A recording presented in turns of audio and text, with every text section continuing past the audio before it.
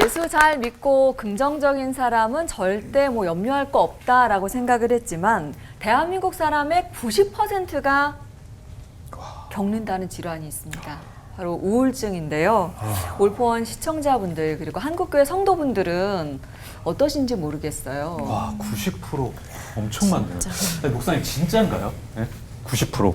이 목회 현장에서 이 우울증을 호소하는 성도들을 이렇게 종종 만나고 하시는지 진짜로 그러신지 얘기 좀 해주세요. 저도 성도들 많이 만나고요.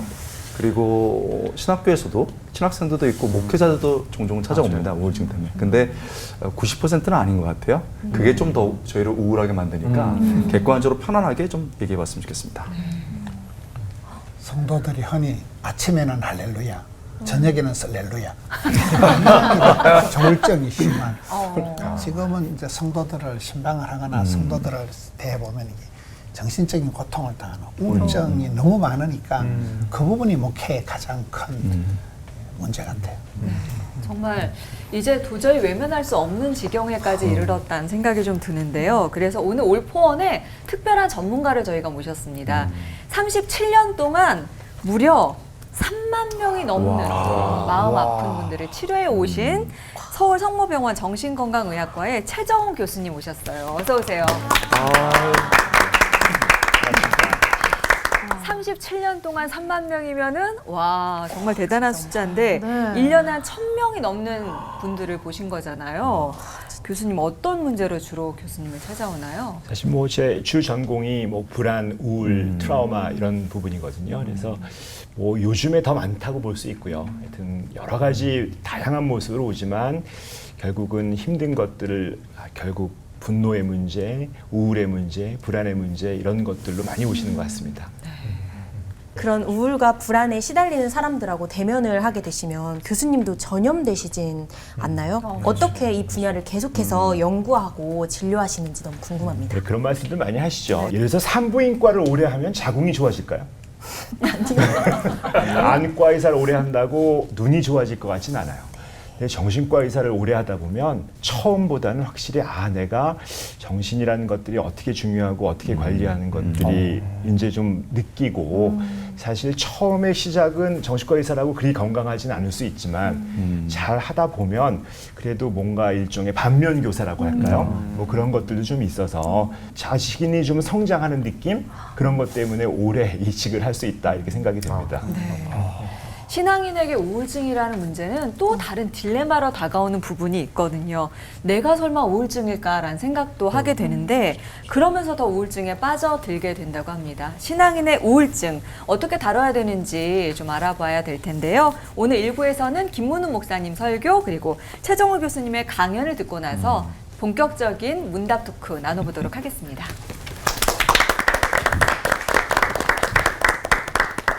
야고보서 1장 2절에 보면 형제들아 여러 가지 시험을 당하거든 이런 말씀이 나오는데 시험은 누구든지 언제든지 어디든지 컬러풀하게 시리즈로 스트레이트로 온다고 보는 거예요. 시험이 없는 인간은 없는 거예요. 우울증이 없는 사람은 없다고 보는 거예요. 왜 그런가 하면 신앙인들이 거룩을 추구하기 때문에 훨씬 더 이렇게 양심의 가책을 빨리 받아요. 우리는 이렇게 천국을 소망하지만 현실은 지옥 같은 현실이 많다. 늘 이렇게 갈등 구조, 어떤 삶의 충돌, 내면의 어떤 소용돌이가 크리스찬들이 더 많다는 거죠. 세상은 음란하고 폐역하고 강팍한데 우리는 마음은 원이로되 육신은 다들 약한 거예요. 정신적인 거, 마음에도 알통이 있다. 마음에도 힘줄이 있다. 마음에도 근육이 있는데 우리가 정신적인 이 마음의 근육이 굉장히 약하다고 보죠. 지금 우리나라는 1인 가구가 40%라 그래요. 그럼 혼자 사는 사람이 많다. 인간관계가 힘들다. 사람이 싫고 인간이 싫고 세상이 싫다 보니까 사람들이 혼자 살게 되고 차라리 휴대폰 하나 들고 있으면 유튜브는 나의 목자신이 이래가지고 그냥 휴대폰 하나 가지고 모든 소통을 다 해내는 차라리 인간을 만나는 것보다는 그게 편하다는 거예요. 성경에도 보면 이 우울증을 겪은 사람들이 많습니다. 사무엘상 16장에 보면 사울 왕도 악령에 의해서 굉장히 정신적인 고통을 당할 때 다윗 왕이 수금을 연주하니까 뮤직 테라피, 음악 치료가 된 게 나오고요. 이 사울 왕은 보면 하나님께 묻지를 않고 신접한 여자를 찾아가고 그 어떤 의사소통의 방향이 문제가 있어서 정신적으로 고통을 당할 수밖에 없고 다윗은 사울왕보다 훨씬 더 어려운 정신적인 환경이 있었지만은 시를 쓰고 악기를 연주하고 양을 키우고 닥치는 대로 현장에서 그 필드에서 잘했다고 보는 거예요. 어떤 글을 보니까 텃밭 테라피가 있더라고요. 텃밭에 이렇게 채소를 키우면 꼭 바릇하게 자라가는 그걸 보면 굉장히 정신 건강이 좋아진다는 글이 있더라고요. 그래서 다윗은 양떼를 늘 돌보면서 틈만 나면 뭐 글을 적고 국민학교도 못 나온 다윗이지만은 노래 부르고 춤추고 만능 엔터테이너로 항상 표현력이 좋았기 때문에 다윗은 희노애락을 잘 표현하고 건강했다는 거예요. 그래서 성경을 그렇게 보면 이렇게 어떤 경우에도 원불핑의교를 하면 안 되는 거예요. 원망, 불평, 핑계, 이유, 교만에 빠지면 이 정신적으로 문제가 오지만은 감사함으로 받으면 환경이 어떤 문제가 되어서 뭐 추월을 하려고 라이벌 의식을 가지고 경쟁심을 가지고 추월자가 되지 말고 초월자가 되라 뭐 이런 말이 있더라고요. 성경에 저는 가장 이제 정신적으로 고통한 사람은 엘리야로 보는 거예요. 엘리야는 열왕기상 18장 1절에 보면 스펙이 없습니다. 디셉 사람 엘리야가 끝입니다. 그가 이제 열심히 특심이다. 열심히 특심이다는 말은 뭐 에너지 총량 법칙, 너무 열심히 특심으로 이래 많은 사역을 하다 보니까 빨리 감정 소모가 심하고 엘리야가 극심한 영적 침체, 요즘 같은 공황장애가 왔다고 보죠. 이세벨이라는 한 여자가 집중적으로 너 죽여버린다고 할 때에 겁우울이 와가지고 로뎀나무 밑에서 하나님 차라리 날 죽여버려라. 자살을 하려고 했잖아요. 그때 하나님께서 엘리야에게 태풍 가운데, 바람 가운데, 불 가운데, 지진 가운데 강력하게 안 나타나시고 세미한 소리로 엘리야야 와서 세미하게 나타나셔서 그 야고보서에 보면 엘리야는 우리와 성정이 같은 사람이다. 엘리야도 우리와 같은 충분한 우울감과 공황장애를 겪고 그런 마음이 아주 연약한 심약, 허약, 병약한 존재라는 거예요. 그런 엘리야가 간절히 기도할 때 하나님은 하늘 문을 열었다 닫았다 하는 거. 성경에 이스라엘의 병거와 마병이라는 말을 들은 사람은 딱 두 사람밖에 없거든요. 엘리야, 엘리사.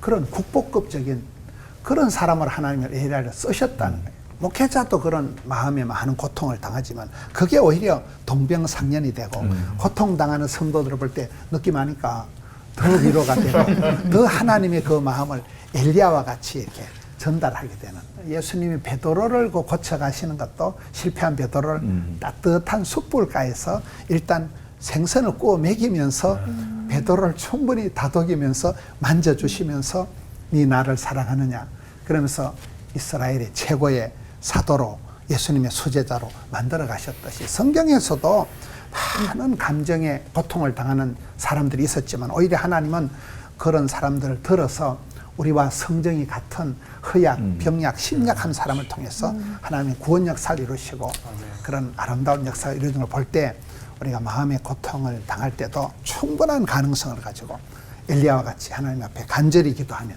하나님 우리 마음을 만져주시고 고쳐주시고 회복해 주시는 이런 은혜가 있기를 주의 이름으로 축원합니다. 아멘. 하나님 감사합니다. 아침마다 날마다 때마다 일마다 새롭게 해 주옵소서.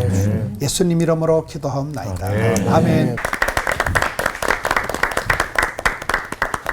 얼마 전에 우리나라를 떠들썩하게 만든 일이 있어요. 초전도체 이슈. 혹시 기억하실까요? 그게 초전도체가 개발이 됐다. 우리나라에서 개발이 됐다. 그래가지고요. 그게 개발이 되면 세상이 뒤집어진답니다. 초전도체가 뭘까요? 원래는 뭐 마이너스 273도에서는 거의 모든 물질이 저항 없이 싹 지나가게 만드는 그런 건데 상온에서 초전도체가 개발이 되면 예를 들면 전기 에너지 같은 게 전기줄 같은 데서 손실이 없어지는 거죠. 전기값이 안 드는 거예요. 한 번 만들어진 에너지가 그냥 계속 쓸 수 있으니까. 그 초전도체가 아니라는 건 어떤 거냐면 저항이 높아지는 거죠. 그 저항이 높은 거는 초전도체 반대입니다. 우리 연세 드신 분은 좀 아실 것 같고 젊은 분들 좀 모를 것 같은데 여러분 옛날에 전기골로 기억나세요? 전기골로 코일 이렇게 말아가지고 전기골로는 이거를 아시면 일단 나는 좀 뭐 좀 못당이다 이렇게 말씀드려요. 그걸 모르면 좀 싱싱하신 분이다 이렇게 생각할 수도 있는데 그때 엄청나게 그 저항이 높은 코일을 감는 거잖아요. 코일을 감아가지고 전기를 꽂으면 거기서 너무 그 저항이 높은 곳에서 발열을 하니까 그것으로 라면도 끓여 먹고 식사도 하고 심지어 추울 때는 그걸로 이제 온도를 높여가지고 추울 때 그걸 넘기기도 하는데 요새는 그런 거 안 쓰죠.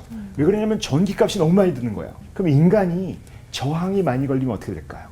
열이 나는 거예요. 누가 뭐라 그러는 소리 들으면 너무 짜증이 나고 화가 나고 그 열이 나요. 사실은 듣고 지나가서 아무 의미 없는 얘기도 막 걸려요. 저 사람이 저런 얘기를 왜 나한테 했을까? 저 사람이 왜 그랬을까? 목사님이 날 보고 인사를 안 했는데 저 목사님이 날 삐졌나? 이러면서 교회를 가도 열이 나요. 너무 힘든 거예요. 내가 뭔가 걸리는 게 있는 거죠. 근데 원래 인간은 초전도체로 모든 것들이 지나가게 만들어진 존재인데 사실은 소위 살면서 내가 경험하면서 소위 나의 이고, 자아 이런 것들이 만들어지죠. 만들고 내 경험 속에서 저항, 저 소리는 난 못 듣겠어 이런 게 생기는 거예요. 그럼 열이 나죠. 열이 나요. 그럼 화가 나잖아요.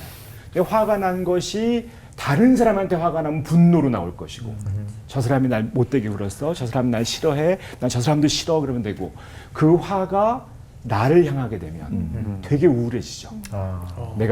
나는 왜 이럴까? 나는 왜 못났을까? 그 자책하게 되고 자기를 막 분노하면서 힘들게 하고 자기 그 화 때문에 어떻게 할지 모르겠고 그러다 보니까 정말 부정적인 사람이 되어버려요. 그러면서 나의 어떤 생각이라든지 이 모든 것들이 태도 자체가 부정적이 되죠. 그래서 우울증이란 병은 사실은 내가 경험했던 이 지금 하고 있는 이 환경, 그 다음에 나의 과거, 또 심지어 미래까지 부정적으로 보기 시작합니다. 그러니까 나는 잘못 태어났고 잘못됐고 현재 너무 안 좋고 그 다음에 미래에도 앞으로 안 좋을 것이라고 생각하게 되죠. 그러니까 어떻게 보면 다 흘려 보냈으면 별 문제가 아니었을 텐데 그걸 가지고 내가 그것을 힘들어하고 어려워하면서 고통받고 너무 힘들어지는 거죠. 그래서 사실은 우리가 그런 뭐 심 쪽에서 그런 얘기 많이 하죠. 우리가 갖는 인간이 갖는 괴로움은 내가 받게 되는 아픔 곱하기 저항이다. 그러니까 아픔은 어쩔 수 없잖아요. 우리가 살다 보면 힘든 일 겪고 어려운 일이 있고 이런 것들은 우리가 어쩔 수 없는 일들인데 사실은 거기에 저항을 곱하는 거예요.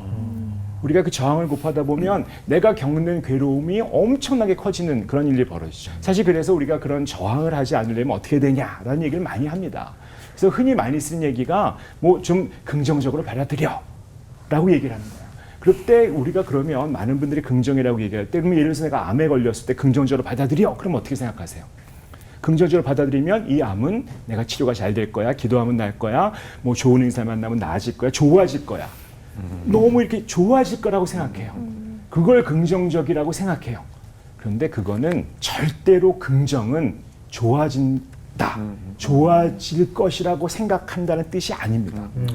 긍정을 사전에서 찾아보면 긍정이란 말은 그렇다고 인정한다는 뜻이에요. 수용한다, 받아들인다 그런 뜻이지 예를 들어서 우리 아이가 너무 관계가 안 좋아요. 너무 힘들어요. 너무 문제가 많아요. 애들하고 맨날 싸워요. 그래서 병원에 가서 검사해봤더니 선생님이 쫙 보더니 검사 결과를 보더니 이렇게 얘기를 해요. 아, 자녀를 좀 이렇게 긍정적으로 봐주세요.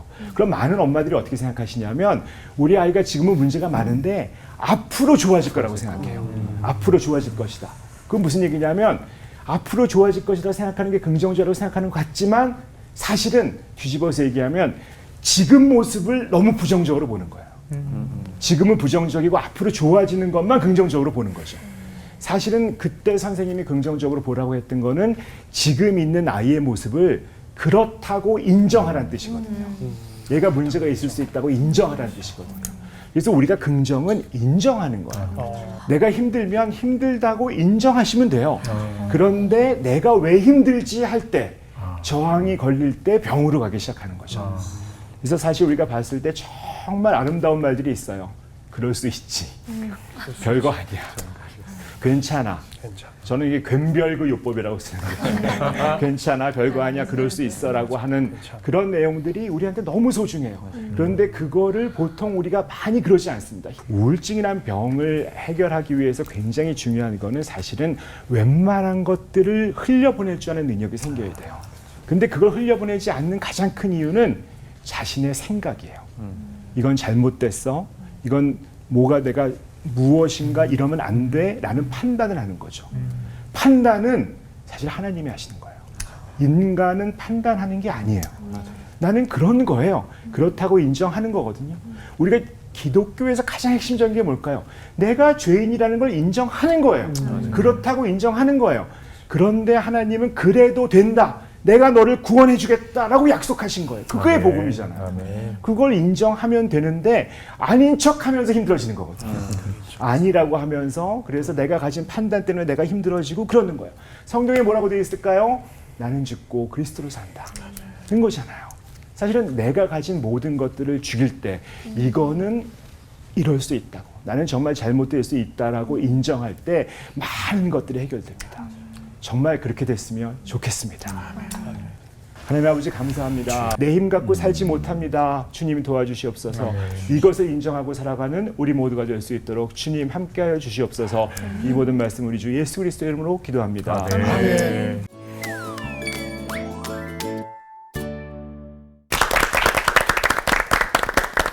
목사님 설교와 또 교수님의 강연을 듣는 것만으로도 뭔가 좀 가슴 속에 뻥 뚫리는 것 같은 그런 느낌이 들었는데요. 성경의 많은 인물들도 우울을 겪었었고, 그리고 긍정적으로 생각한다는 게 인정하는 거구나. 저는 이게 굉장히 오늘의 또 포인트가 또 될 것 같습니다. 자, 여기 계신 분들에게도 한번 여쭤보고 싶어요. 솔직히 나 우울증인가? 목사님들 포함해서 우울증인가 했던 적이 있다 없다. 있다? 손 한번 들어봐 주세요. 아니 진짜 권호 목사님만 빼고. 저도 들었다가 내리신 거군요. 우울해진데 갑자기. 여기 계신 분들만 해도 다 진짜 우울했던 적이 있다라고 얘기를 해주셨네요. 네. 안 좋은 일 있을 때 그 우울해진다는 건 이게 또 어떻게 보면 일반적인 현상인 것 같아요. 근데 이제 우울이 우울증이라는 이 병이 되려면 어떤 기준이 있을 것 같은데. 네.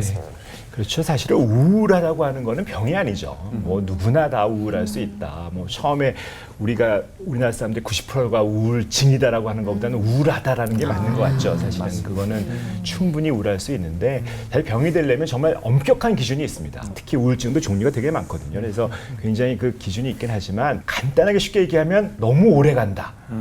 그다음에 내가 너무 괴롭다. 너무 할 일을 못한다. 라고 하는 것들을 기준을 삼는 게 제일 좋고요. 내가 그것으로 우울한 게 일시적이지 않고 지속되고 있으면 우울증을 의심해 보는 것들이 필요합니다. 일상생활을 할 수 있느냐 없느냐 이것도 좀 그렇죠. 그래서 제일 중요한 게 사실 기능이라고 볼 수 있어요. 내가 우울해서 내가 학생으로는 학생으로서의 역할, 직장인으로서 직장인으로서의 역할을 못하게 되는 것들이 가장 중요한 핵심 기준이라고 볼 수 있습니다. 이 모든 계속되면 안 좋은 것 같아요. 기분도 계속 좋으면 이것도 정상이 아니거든요. 기분이 계속 좋은 상태야. 아마 그렇죠. 이것도 좀 이상해요. 위험하죠. 예. 근데 이런 말도 하잖아요. 뭐 나는 일도 하기 싫고, 뭐 사람도 만나기 싫고, 여기저기 다니는 것도 다 싫고, 뭐 아파서 근데 뭐 몸은 안 좋아 또. 그래갖고 아파서 병원에 가서 검사를 해봤더니 아무 이상이 없다 그러고. 근데 정신과를 가서 상담을 해보니까 우울증이다. 뭐 이런 얘기를 하는데 이게 마음이 아파서 그러는 건데 왜 몸까지 이게 아픈 게 따라오는 걸까요? 그건 사실은 많은 분들이 오해를 하시는데요.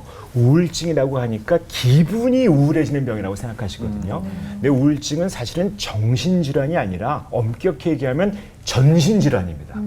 우리가 쉽게 이해할 수 있는 걸 보면 내 몸에 배터리가 다 됐다고 생각하시면 돼요. 충전이 안 된 상태에서 나의 기능이 쫙 떨어지거든요. 그래서 이게 단순히 심리적인 문제가 생기는 게 아니라 심리, 그다음에 뭐 내분비, 호르몬 계통, 면역 계통, 뭐 신체 계통, 행동 계통이 기분만 우울해지는 게 아니라 우울하니까 행동도 나빠지고 행동도 나빠지면서 몸 자체가 변화가 오는 거거든요.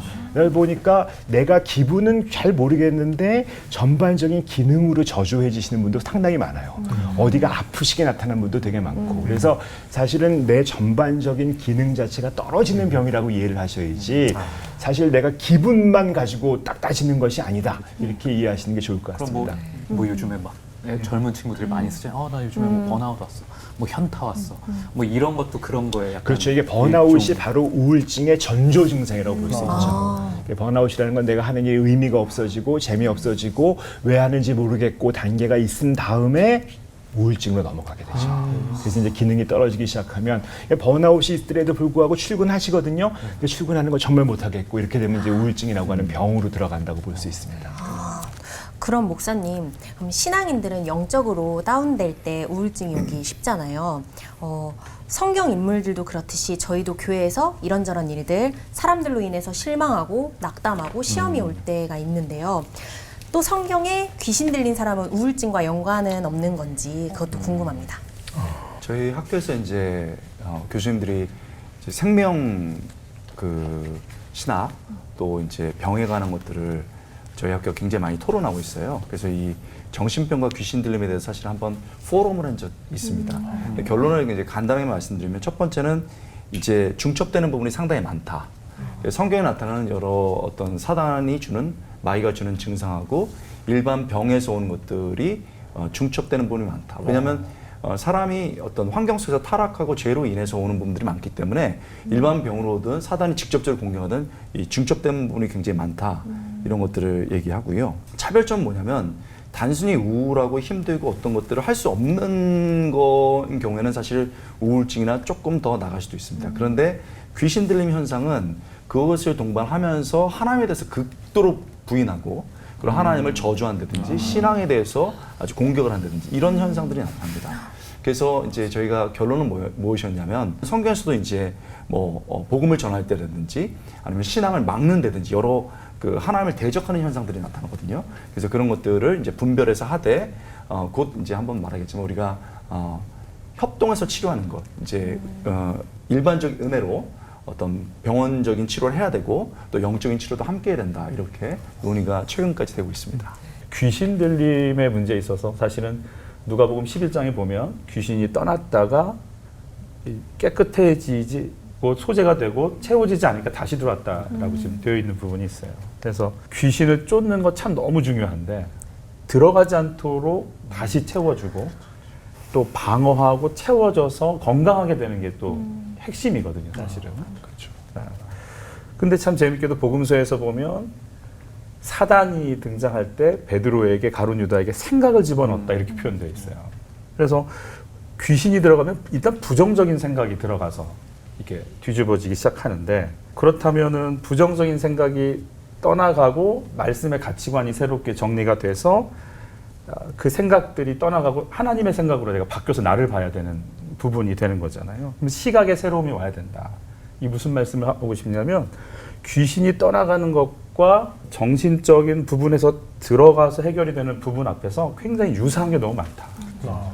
악한 영도 생각의 전환이 와야만 말씀의 가치관이 와야만 진짜 회복인 것처럼 정서적인 부분 역시 나는 못났고 나는 우울할 거고 나는 힘들 거라고 하는 생각의 변환이 와야만 건강해진다라는 것. 그래서 이 부분을 참 저희가 구분한다는 게 결코 쉽지는 않지만 유사하다. 굉장히 유사하다.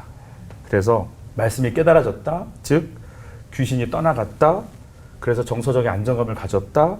그러면 이제 생활에 변화가 오기 시작하고 그러면 습관의 변화가 오기 시작하고 관점의 새로움을 가지고 시간을, 물질을, 관계를 모든 걸 새롭게 보기 시작한다라면 말씀하신 이건 전신적인 총체적인 치유와 총체적인 변화다. 그래서 저희가 이 문제를 놓고 귀신을 떠나보면 우울증이 다 떠나가는 겁니까? 이렇게 얘기하고 싶지만 그것도 맞지만 귀신이 떠나감으로 인해서 오는 모든 것의 새로움의 변화가 같이 와야 되기 때문에 귀신을 떠나보내면 모든 게 해결이라고 얘기하기 전에 우리 전체적인 거 생각하면서 이걸 봤으면 참 좋겠다라고 생각을 하고 그래서 이제 우울증과도 굉장히 연결이 많이 되면서 이제 이걸 볼 수 있겠구나. 분명히 좀 차이는 있지만 거의 유사하다. 이런 생각은 해보게 됩니다. 네. 지금은 우리가 우울증에 대해서 그래도 예전보다는 좀 내놓고 얘기할 수 있는 시대가 됐지만 굉장히 쉬쉬하게 되는, 그러니까 몸이 아픈 것보다 훨씬 터놓고 얘기하기가 좀 어려운 문제인 것도 같습니다. 그래서 또 믿는 사람들은 또 더 어렵게 느껴지는 부분이 있기 때문에 오늘 이해를 돕는 그런 시간을 가져볼 텐데요. 다 같이 외치면서 시작해 보도록 하죠. 교수님, 진짜 궁금해요. 궁금해. 궁금해 죽겠습니다. 네. 궁금해. 질문이 많아갖고 제가 질문 드리는 거에 짧게 대답해 주시면 좋겠습니다. 자, 먼저 우울이라는 거는 하나님이 만드신 이 자연스러운 인간의 감정이고 현상인 건지, 아니면은 인간으로 인해 사람들이 만들어낸 이 후천적으로 생긴 어떤 나쁜 감정이고 현상인 건지, 그리고 또 이게 내가 우울증인가 아니면 아닌가, 이게 자가 진단도 가능한 건지 알려주셨으면 좋겠습니다. 그러니까 일단은 희노애락을 가지고 좋다 나쁘다라고 판단하는 게 인간의 생각이죠. 사실은 내가 기분이 좋으면 좋은 거고 기분이 나쁘면 나쁜 거다라고 하는 것들이, 그건 지극히 아주 정상적인 감정이 있어야죠. 뭐 예를 들어서 어떤 슬픈 일을 당했는데 내가 기분 좋아야 돼, 이거 말이 안 되잖아요. 그러니까 어떤 감정 자체는 정말 하나님이 우리한테 주신 정말 그야말로 우리가 가지고 있는 아주 정상적인, 우리가 갖고 있는 자연스러운 거, 이렇게 볼 수 있는데, 그걸 가지고 살다 보니까 그 정서로 인해서 내가 가진 삶이 너무 힘들어지는 것들이 병으로 가는 거라고 볼 수 있죠. 그래서 아까 말씀드렸지만, 그래서 보통 보면 주요 우울증이라는 병이 이제 우울증 중에서 가장 힘든 병 중에 하나인데, 그 주요 우울증은 그 떨어진 정서, 우울해진 정서가 그냥 2주 이상 지속되는 걸 따집니다. 그래서 일단 기본적으로 봤을 때 내가 너무 힘들고 한 것들이 나아지지 않은 상태에서 계속 간다.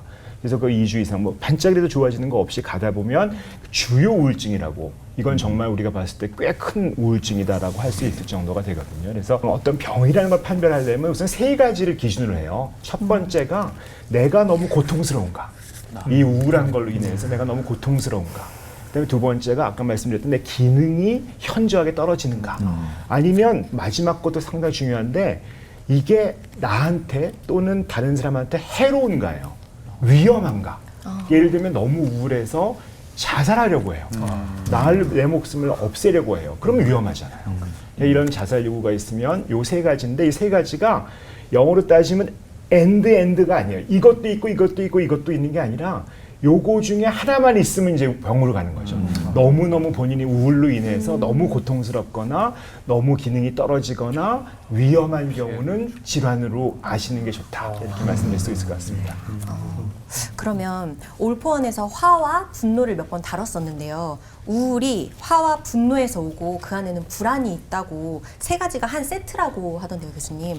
어떻게 3가지가 연관이 돼서 전신 질환을 일으키는지, 그리고 혹시 신앙적인 마음 관리가 잘 되면 저절로 사라질 수도 있는지 궁금합니다. 우울과 불안, 분노라고 하는 게 보통 우리가 얘기하는 3대 부정적 정서라고 하죠. 그래서 이제 그게 어떤 것부터 시작이 되느냐는 건 굉장히 사람마다 틀린데, 되게 뭐 불안했다가 뭐 그렇게 시작하는 경우가 더 많죠. 사실 불안이 더 흔한 정서니까. 근데 꼭 순서가 있는 건 아닙니다. 근데 이 3가지 정서가 이제 교대로 나타나고 어떤 분한테는 그게 더 크게 나타날 때가 있죠. 그래서 불안이 주로 나타나시는 분들을 우리가 불안장애라고 하고, 우울이 주로 나타나시는 분들을 우울장애라고 하는데, 이것들이 서로 막 섞이기도 하거든요. 그래서 어떤 것들이 먼저 표출되냐에 따른 다르지만, 하여튼 3가지 정서는 굉장히 섞여서 한 사람한테 동시에도 많이 나타날 수 있어서 그 부정적인 정서가 나한테 크게 있는가를 좀 알아보시는 게 필요하다는 거고요. 신앙생활 잘하면 좋아지는가 하는 것들은 정말 대답하기가 어려운데, 신앙생활의 정의가 뭔가를 잘 모르겠어요. 그러니까 신앙생활이라는 게 솔직히 말하면 제가 연구도 해봤는데, 신앙생활이라고 할 때 소위 종교 생활을 잘하는 거는 병하고 별 상관이 없습니다.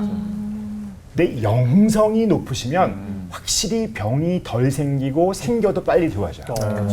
교회를 열심히 다닌다 해가지고 병이 안 생기는 건 절대로 아닙니다. 근데 우리가 좀 구분하셔야 되는 것들은, 목사님들이라고 고혈압이 없나요? 당뇨병이 없나요? 다 계시죠. 그런 거 다 있단 말이에요. 그런 것처럼 우울증도 그런 것과 상관없이 올 수 있다는 거죠.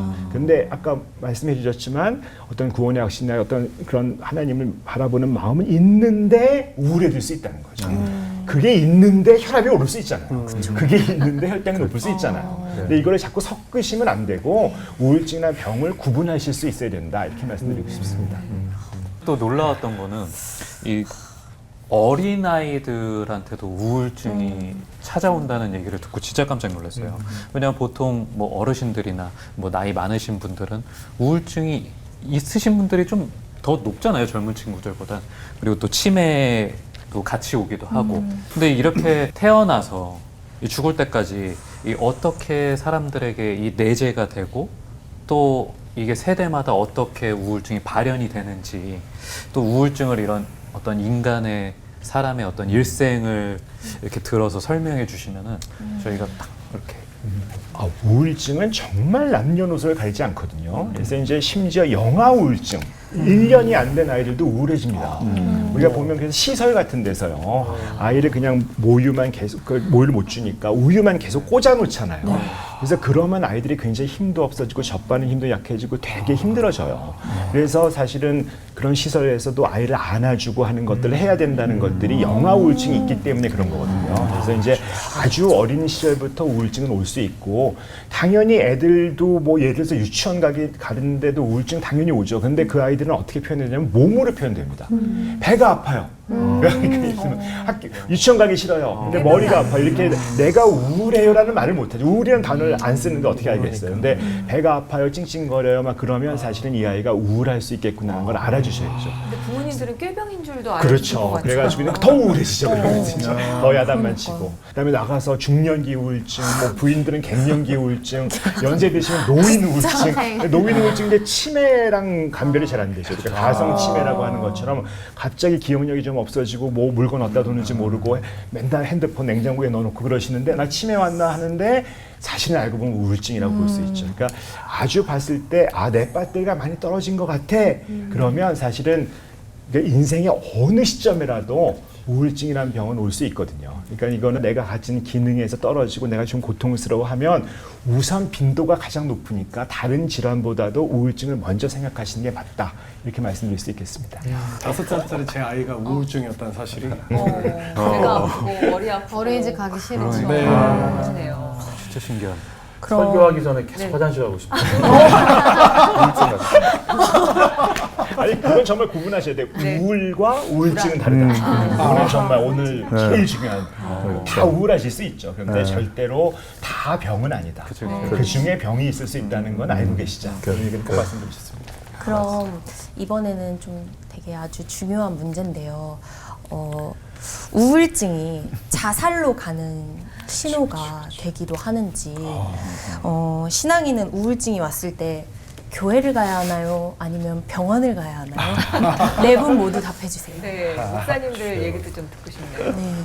제가 어떤 기도원의 원장님, 아주 기도를 많이 하시는 90이 넘으신 원장님, 소위 영험이 있으신 영성이 뛰어난 원장님 말씀을 들어보니까 그분의 논리는 모든 노이로제, 강박관념, 우울증, 공황장애 이런 것의 결론은 자살의 영이 있다. 이제 그분은 그렇게 얘기하더라고요. 기도원의 원장님이시니까. 요한복음 10장 10절에 보면 도둑이 와서 빼앗고 죽이고 멸망시키는 것뿐이다. 그래서 이 사탄 마귀는 죽이는 영이라는 거예요. 자살을 시키는 영이 있다는 거예요. 그러나 또 우리가 이제 마음이 뭐 다 그런 건 아니거든요. 아까 우리 귀신 들림과 우울증을 이렇게 명확하게 구분을 못 하듯이 그 부분도 뭐 무조건 다 죽음으로 가는 건 아니고 근데 그 죽이고자 하는 그 자살의 영은 성경에도 있는 사탄 마귀 귀신의 궁극적인 목적이 죽이는 거라는 거죠. 그래서 그런 건 있지만은 그러나 모든 우리가 마음이 우울할 때 다 죽고 싶은 건 아니다. 네. 교수님은 어떻게 생각하세요? 뭐 교회를 가야 되냐 병원을 가야 되냐 그건 아니죠. 그 교회하고 병원은 당연히 둘 다 가셔야 된다고 할 수 있죠. 뭐 우리가 보면 이걸 가면 여기 가서 치료가 되고 되는 게 절대로 아니고, 그러니까 뭐 병원에 와서 모든 게 해결된다는 건 아니고 영적인 부분은 당연히 교회에서 같이 뭐 말씀하고 하셔야 되고, 아픈 부분은 병원에서 치료하는 거고. 사실 옛날에는 그걸 다 같이 했겠죠. 한 곳에서 옛날에는. 근데 이제 그게 분화되고 나눠지고 있다고 하는 것이 볼 수 있는 것이고요. 그 중에 우리 정신과에서 하고 있는 것들은 우울증을 의료적 도움을 두고 있는 것이다. 이렇게 말씀드릴 수 있겠네요. 결국은 영적으로 하나님의 말씀이 그 삶을 조명해주고 가야 될 길을 비춰주셔야 되기 때문에 교회의 케어는 당연한 건데, 아까 교수님 말씀해 주셨던 대로 종교 생활로 덮어서 내가 이렇게 열심히 하고 있거든요. 내가 기도를 하려고 하고 있거든요. 라고 얘기하시는 분들이 계세요. 그런데 그 우울의 뿌리 쪽을 가보면 이게 지금 트라우마인지 아니면 내 상태를 못 보고 남 탓을 하고 있는 어떤 이기적인 상태인 건지, 아니면 잘못된 지식이 들어와서 나를 막 자학하고 학대하면서 오는 상태인지 이제 저 밑에서 진행이 되는 부분들이니까 요 밑에 있었던 나의 그건 뭘까요라고 가지고 와서 하나님께 나가면서 또 그 부분을 채우면서 인도를 받는다면 교회는 틀림없이 병원과 교회 사역은 같이 가면 굉장히 좋은 시너지가 올 것이다. 그래서 가능하면 이쪽에 탁월하신 분들도 같이 그러나 결국은 우리는 말씀 붙잡고 가야 되기 때문에 교회와 영적 케어도 같이 가는 것이 좋겠다라는 생각은 듭니다. 이 질문이 굉장히 비중 있는 질문인데 비중 있는 것을 좀 저는 솔직하게 얘기해보고 싶어요. 우울증은 자살로 이어집니다.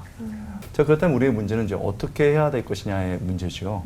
하나님은 우리에게 일반 은총을 주셔서 사람의 지혜와 지식으로 많은 것들을 할 수 있도록 주셨어요. 그것을 누리는 게 우리에게 되게 중요하죠. 그게 전문가분들이 이제 상담이나 병원에 있습니다. 그러므로 이제 저는 이렇게 상담을 권하고 또 병원에 가야 된다 이렇게 말씀드립니다. 이게 이제 제 첫 번째 협치하는 것 속에서 일반 은총적인 겁니다. 그러나 두 번째 그것으로 끝나서는 안 되겠다는 생각을 합니다. 왜냐하면 모든 것들이 이제 저희가 논할 때 정신질병도 그렇고 또 우울증도 그랬고 귀신 들림도 그랬고 역사하는 게 뭐냐면 생각입니다.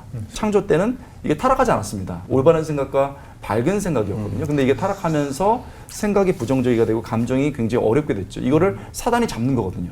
그래서 중첩이 되는 거기 때문에 이게 일반적으로만 치료만 되는 게 아니고 영적 부문까지 가야 되는 겁니다. 그래서 이것은 이제 교회에서 정말 사람들의 마음이 아플 수 있고 우울증에 걸릴 수 있고 이런 부분들을 얘기할 수 있는 분위기를 충분히 만들어야 된다. 그리고 목회자들이 이 부분에서 가르치고 또 해야 된다. 이런 생각이 듭니다. 마지막 하나 말씀드리고 싶은 것은 스카펙이라는 사람이 있습니다. 유명한 정신과 의사죠. 그분이 여러 질병들을 치료하면서 나중에 기독교인이 됐습니다. 왜 기독교인이 됐냐? 세계적인 정신과 의사 아닙니까? 치료할 수는 있습니다. 그러나 근본 원인을 치료할 수는 없습니다. 그리고 스스로 일어설 수 있는 힘도 줘야 됩니다. 어느 순간에는. 그래서 어떤 거를 얘기하냐면 캔이 있다고 봅시다. 그러면 우리가 뭐 책 두세 권 이렇게 올려놓으면 견딜 수 있습니다. 그러나 1톤의 무게를 넣으면 그 캔이 부서집니다. 이게 정신적으로 이렇게 부서지는 것, 깨지는 것을 우울증, 정신질병이라고 합니다.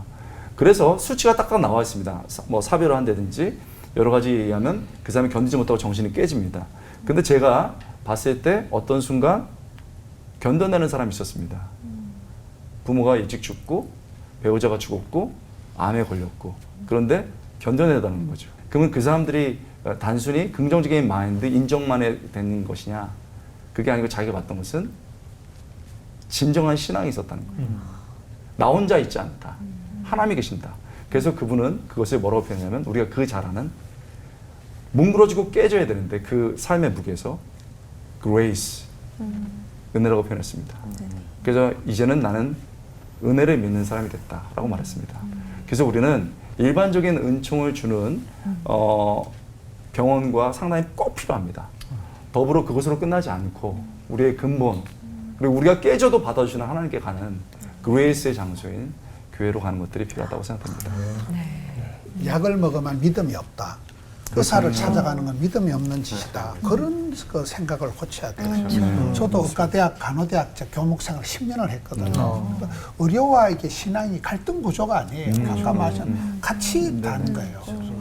약 먹는 건 믿음 없는 짓이고 기도만 하면 모든 걸 다 고칠 수 있다. 이게 우울증적인 사고방식이에요. 네. 정말 우리가 지금 그런 상태라는 걸 인정을 하고 또 좀 양지에 나와서 자유롭게 얘기할 수 있을 때 더 많은 분들이 도움을 받을 수 있겠다 그런 생각이 들고요. 교수님께서 하신 이야기 중에 그 말씀, 찾아왔던 분들이 이 말 한마디에 눈물을 펑펑 쏟으신대요. 지금까지 견뎌오신 것만으로도 잘하신 거다. 그 말에 울컥하면서 눈물을 쏟아내신다고 하는데 좀 이렇게 위로받고 서로 할 수 있는 좀 그런 세태가 된다면 좋을 텐데 그 누구도 예외는 아니잖아요. 네, 왜 아니겠어요.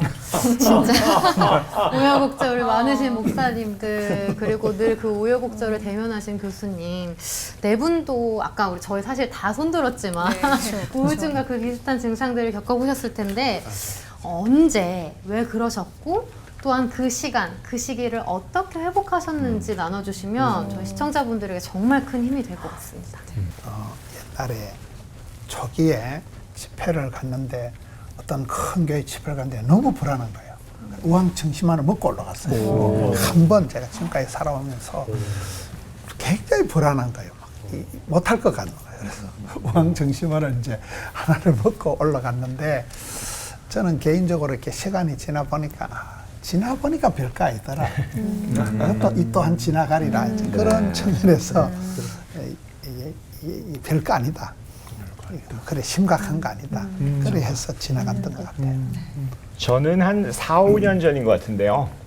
뭐 이게 뉴스에도 나왔던 일입니다. 굉장히 어떻게 보면 저 개인적으로는 되게 누명을 썼다고 볼 수 있는데 뭐 어떤 그런 일이 좀 공개화되면서 제가 굉장히 되게 뭐 죄를 진 사람이 되어버렸어요. 그래가지고 굉장히 힘들고 우울하고 처졌고 그랬었습니다. 그래서 어떻게 내가 해명을 해도 들리지도 않고 그다음에 또 정말 가슴 아팠던 거는 그동안 저를 믿었던 많은 사람들이 제가 또 믿었던 분들이 약간 등을 돌리고 그런 것들이 있었습니다. 그래서 상당히 힘든 시기를 꽤 보냈는데 사실 그 힘든 시기를 보낼 수 있었던 가장 큰 힘은 그 와중에 나를 믿어주신 분들, 그 와중에 그래서 별거 없었는데 그냥 와서 안아주신 분들, 또 특히 저희 식구들 또 안아주고 늘 요새 아빠 힘들어하면서 이렇게 안아준 그런 힘들이 굉장히 저를 견디게 만들었던 것 같아요. 지나가서 보면 사실은 그 힘으로 그 어려운 시기를 보낼 수 있었던 것 같고요. 사실은 그래서 누군가 힘들 때 뭐 특별히 이렇게라 저렇게라가 아니라 저는 개인적으로 그런 말씀 꼭 드립니다. 꼭 안아주시라.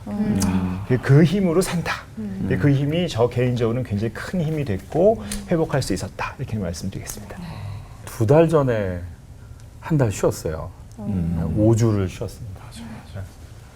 몸이 아팠는데 그래서 한 주를 잠깐 다른 목사님께 부탁을 드리고 수요 예배를 서서 설교를 하는데 설교를 하는 순간 느낌이 오더라고요. 쉬어야 된다. 아까 이제 목사님께서 컵 놓고 이제 몇 톤의 무게를 견디냐 그러는데 제가 다음 주 설교를 할 힘이 없는 게 오더라고요. 하라면 하겠어요. 하라면 하겠는데 힘이 없다. 그게 왔어요. 그래서 장로님들께 잠깐 말씀을 드리고 5주간은 좀 이렇게 다른 분들이 설교하실 수 있도록 좀 도와달라고 그리고 이제 저는 빠졌었는데 지금은 괜찮냐? 100%는 아닌 것 같고 그냥 많이 좋아져 가고 있는 중이다. 저는 이제 그렇게 생각을 하는데 한 달 쉬면서 물론 지금도 마찬가지인데 절대적으로 저에게 도움을 이렇게 주셨던 분들은 이제 첫 번째 제 아내 그랬고 그다음에 장로님들 또 주변 목사님들이 저를 정말 많은 도움을 주셨어요. 특별히 저희 아내가 어떤 말을 해줬냐면 새벽에 또 습관적으로 또 개척 10년 차니까 늘 뭔가를 해야 된다고 생각하는 상태로 사니까 새벽에 뭔가 이렇게 일어나려고 움직이면 그럼 여보 기도해야지 이렇게 얘기해 주는 게 아니라 다정하게 얘기해 주는 거예요. 잘하고. 아우 다정하시다. 그냥 막 여보 기도를. 그러니까 잘하고. 다정하시다. 그리고 침대에 이렇게 누워 있으면 TV 보라고. 놀으라고. 그래서 제가 순간 놀아도 되는 거지. 자주 되는 거지. 이게 되는 거지. 좀. 근데 그게 저를 이렇게 뭔가 알 수 없는 곳으로 저를 풀어놓더라고요. 그때 저보고 영적이지 않다. 당신 신령하지 않다. 당신 말씀을 속에 더 들어가야 된다. 주 앞에 엎드려라. 그랬으면 더 죽었을 것 같은데. 쉬라고. 놀으라고. 그리고 나선 또 하나의 감사했던 거는 주변에 있는 그 장로님들 몇 분들이 이렇게 얘기를 해주셨던 것 중에 하나가 그 느낌이 오잖아요. 저를 사물로 보지 않고 인격으로 봐주시는 그냥 그 자체로 담임 목사로 보지 않고 그냥 김한규로 보시더라고요. 지금 쉬셔야 된다. 지금 놀으셔야 된다. 교수님께 안아주신다고 표현했지만 전 그게 저를 안아주는 것 같아요. 지금 최선을 다하셔야 될 때 아니냐 이런 개념이 아니라 얼마든지 더. 그러니까 뭐 뭔가 알 수 없이 제가 이렇게 풀어지는 것 같더라고요. 묶임들이 풀어지고 지금도 사실은 다는 아니지만 그러나 그래도 그런 분들과의 그 만남이 저를 이렇게 살게끔 만들더라고요. 그래서 저는 참 쉬고 놀고 놀고 먹고 즐기면서 낫고 있는 중인 목사이다. 너무 좋네요. 로뎀나무 아래 지금 계신 것 놀고 같아요. 있는 목사입니다. 네. 푹 쉬시기를 또. 아니, 원래 하나님이 그러라고 예. 우리 만드신 거예요. 네. 아멘. 그러라고. 우리가 무슨 노예인가요? 뭐 일하라고 만들어진 게 아니에요. 네. 놀면서 하나님 찬양하라. 우리 주어진 네. 우리가 하는 거 그거예요. 저는 이제 그러면서 네. 제가 막 사실 이제 개척을 한 목사니까 다 해야 되잖아요. 근데 새벽 예배도 과감하게 내려놓고 뭐 이것도 내려놓고 시간 조절 못하는 내가 다 해야 된다는 생각에서 이제 저희가 좀 빠져나오기 시작하는 그런 일들을 지금 저는 그렇게 좀 하나하나 좀 풀어가고 있는 중이었어요. 제가 방송에서 몇 번 얘기했는데 교회 담임 목사 하면서 교수하면서 그 6년 동안 책 6권 썼고 방송했고 그 다음에 해외 집회 나가고 세미나하고 이랬으니까 하루에 3-4시간 자고 했거든요. 그때 딱 보니까 평균 한 4시간 정도 잤던 것 같아요. 그리고 나는 열심히 살 수 있다. 또 그렇게 해야 된다. 이런 생각이 있었고 또 심지어는 즐거웠습니다. 근데 이제 제 제자들 중에 우리 닥터분들이 많으신데 저한테 목사님 문제 생길 거예요 그랬거든요. 그래서 네가 문제다. 열심히 안 사는 게. 그러고 난 다음에 그 얘기 듣고서 이제 2년 뒤에 발병했거든요. 그러면서 분노가 일어나고 장애가 안 되면서 우울증에 빠지면서 굉장히 어려움을 겪었죠. 그래서 여러분 아시는지 모르겠지만 유명한 목사님들 거의 공황장애 우울증 겪으신 분들입니다. 나빠서가 아니에요. 그만큼 목회 현장이 어렵고 사람을 대하는 건 굉장히 어렵습니다. 지금은 다 나았지만 그 과정 속에서 목회자들이나 성도들도 그럴 수 있다는 것을 알게 됐죠. 그러면 이제 저는 어떻게 나았느냐? 일단 저는 병원에 갔습니다. 그 제 장로님들이나 또 사랑하는 분들이 반드시 가라고 그래가지고 가서 현상을 본 다음에 나오더라고요. 지금 면역 부족하고 수면 부족이다. 그래서 저는 면역 치료하고 수면 치료 받았습니다. 그렇게 해서 받으니까 좋아지더라고요. 그러고 난 다음에 이제 그분들이 지속적으로 했던 건 뭐냐면 충분히 자고 충분히 먹어라. 충분히 자고 충분히 먹어라. 이렇게 얘기해 줬습니다. 그러고 난 다음에 제가 했던 거는 뭐냐면 저를 정말 그 따뜻하게 받아들일 수 있는 사람들을 만났습니다. 만났을 때 저를 좋아했던 사람들은 좀만 이따 일을 해. 아니면 이것도 해주세요라고 말했지만 가족과 저를 사랑하는 사람들은 쉬어. 괜찮아. 지금도 너는 멋져. 그게 되게 회복이 되더라고요.